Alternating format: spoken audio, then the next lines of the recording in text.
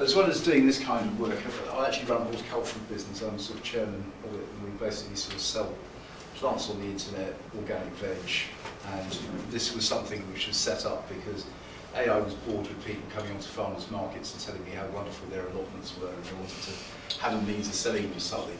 And B, this is a kind of practical from the work that Lisa and I have done. We spent sort of probably 4 or 5 years developing a methodology called punch above your weight, which is to make you look bigger online than you really are. And we needed a case study, so this site is kind of a case study on it.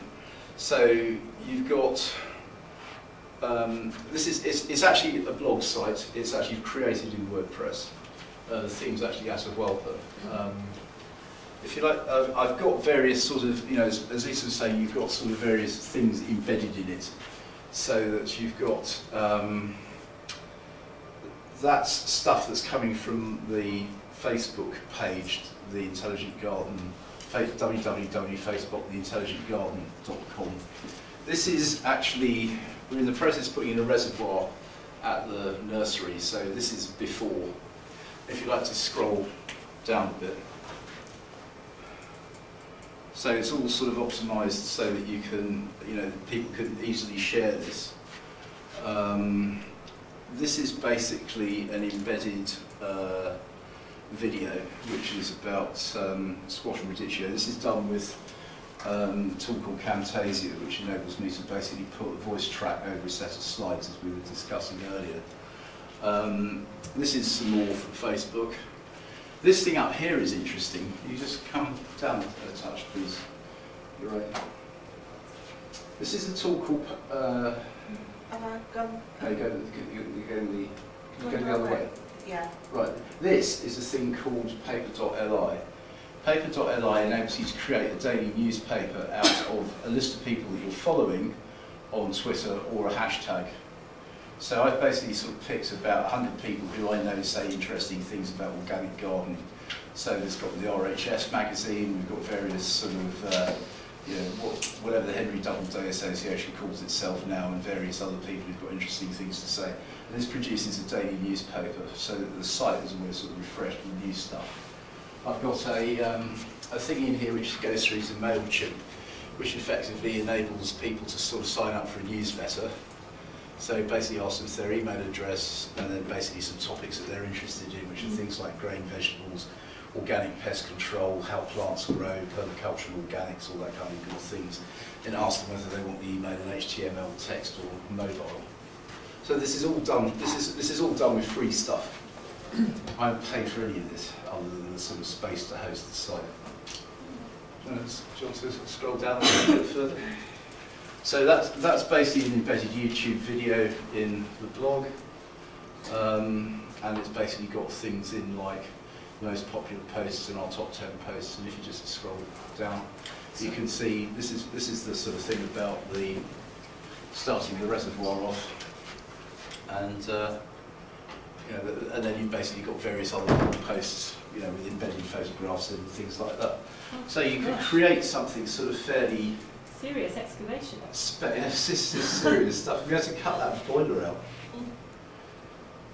But it does give a sense of energy around your business. Because I'm not familiar with your business, but to me, I mean, that makes you look sort of serious, engaged, exciting, seeking growth, seeking to do new things, and you know, a very sort of modern. Do you like that dangerous slug at work? So let's just give you a feel of what you can do. This, as I say, this was conceived as a.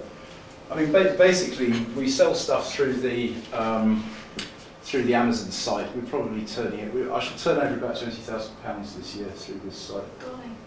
And we kind of set it up as an extension for our main business. It's a hybrid of a brand extension for our main business. And you know, as I say, Lisa and I thought we needed a practical example of how you can actually practically use some of this stuff in a sort of commercial situation. Do you ever do analytics on this site? You know, how many people go to it and so on? It's getting about 1,000 a month at the moment. 1,000 months. Page impressions. Yeah, 1,000 actual reads. Right. And that's not robots. That's actual bodies. And it gives me a readout every day of how many you know, how many people have clicked through to other stuff. So I can see that generally most days I get between 1 and 4 links through to either the Amazon site or the latest plant care site or Plants and Presence site. But what about links to Twitter and Facebook from the site? Do people go through? Yeah, they can either sort of share it, or I've got sort of little embedded things here about which tells you what's going on our Facebook page. Oh, okay. As I have, the right-hand column. it's called www.facebook/The Intelligent Garden. So once you get sort of, if you choose a good name for a Facebook page, once you've got 25 people have liked it, then basically you'll get the address www.facebook.com/whatever it is. Oh, okay. So I have the Intelligent Garden, and I have Newick Folk, which is the sort of band I'm in, and that's achieved. Those have achieved their own status, and some of the other things haven't quite got there yet. So. It's just give you a feel of what you can do, and as I say, all of this stuff is free. It's only limited by, you know, your imagination and how much time and energy you're prepared to throw at it. Guys, what are you selling through Amazon? Books or? No, I'm selling sort of wolf tools or soil testing kits, or the runaway surprise success product this month is capillary matting for the tops of for people in greenhouses. I've sold 9 meters of the stuff over the weekend.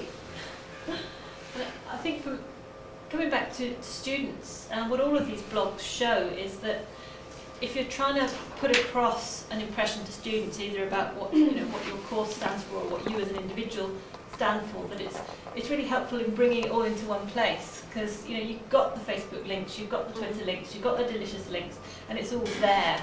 And it isn't kind of scattered around as space dust, like Lorraine was saying. And although these two blogs look similar, although Alan's is more developed than mine, we're using them for quite different things. In that I'm seeking to have a sort of statement of who I am, and as I said, I'm looking for a very small number of high quality relationships that will turn into research endeavours or something like that for me, and I get that from it, and it does help. The things are closely connected, and I'm not seeking to scale that. Whereas Alan is running a business and he's seeking to look bigger than he is, and the punch above your weight thing, and to try and get hits and more energy and community around what he's doing. So although they look the same on the surface, we've got quite different strategies for what we want out of it that are very clearly defined, and it's important to sort of have that sense of what you want it for. Now, if you look at the terminology on mine, I'm using all the academic words and some quite specialist language and so on. That's going to turn off the sort of casual wander through. But I'm not bothered about the casual wander through. I want someone who's kind of already pretty much where I am anyway. Whereas Alan would use language that is far more accessible to the general gardening person who might buy something or want to set up some other kind of business relationship with him. So again, although it looks the same structurally, the actual presentations are quite different. I don't want to have newsletters or papers or that kind of thing, because I'm not trying to generate that sort of energy around myself. For Alan, these are very cheap tools that are actually very useful and very helpful and keep Alan's business in the forefront of people's minds. So when somebody's thinking, I want a really nice sort of plant or tree for someone's birthday or something, or they might not be thinking that, they might be thinking, someone's birthday is coming up, I want something special, and then the thing comes in from Alan saying, I've got some lovely cherry trees going this week or something. People make the connection. So for him, it's kind of like that sort of balance, which is quite different. So it is a question of, I think, asking yourself for each of the tools individually, what do you want out of it, and being clear about that. And also thinking, bringing it all together in these kind of portal ways gives you a lot more sort of value added, if you like, as long as you're very clear about what it is you want to get out of it.